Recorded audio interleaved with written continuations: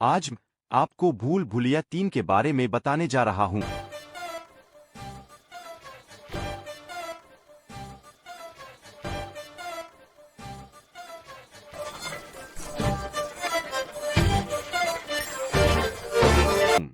यह फिल्म बहुत अच्छी है, इसलिए मैं आपको इसके बारे में विस्तार से बताऊंगा। कहानी की शुरुआत रूह बाबा से होती है, जो एक पाखंडी बाबा है और अपने दोस्त टिल्लू के साथ मिलकर लोगों को भूत भगाने के नाम पर ठगता है। एक दिन मीरा और उसके मामा रूहान को एक जाल में फंसा लेते हैं और उसे अपने गांव रक्तघात चलने के लिए मजबूर करते हैं। महल का रहस्य और मंजुलिका का इतिहास। मीरा का परिवार एक पूर्व शाही खानदान है, जो अब गरीब हो चुका है।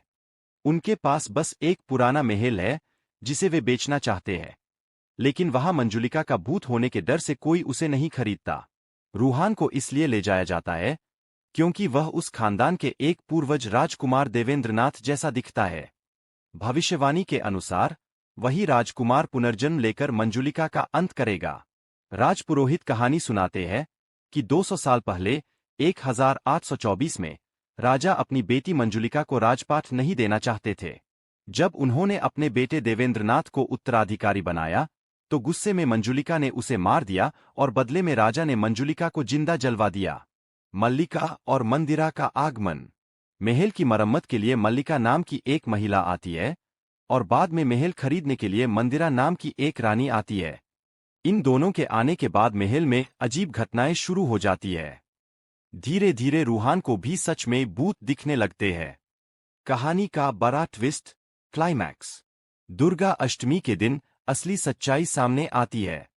सब सोचते थे कि मल्लिका या मंदिरा में से कोई एक मंजुलिका का भूत है, लेकिन असलियत यह थी कि असली भूत मंजुलिका नहीं, बल्कि राजकुमार देवेंद्रनाथ था। 200 साल पहले राजा की 2 बेटियां थीं, मंजुलिका और अंजुलिका। देवेंद्रनाथ को नाचने गाने का शौक था, जिसे देखकर राजा ने उसे ही जिंदा जलवा दिया था और बदनामी से बचने के लिए इतिहास में लिखवा दिया कि मंजुलिका ने उसे मारा है। मल्लिका और मंदिरा असल में मंजुलिका और अंजुलिका का पुनर्जन्म थीं। अंत। देवेंद्रनाथ की आत्मा अपनी बहनों मल्लिका और मंदिरा से बदला लेना चाहती थी, लेकिन जब दोनों बहनें अपने भाई से उसकी मौत के लिए माफी मांगती है, तो देवेंद्रनाथ को शांति मिल जाती है और उसकी आत्मा मुक्त हो जाती है।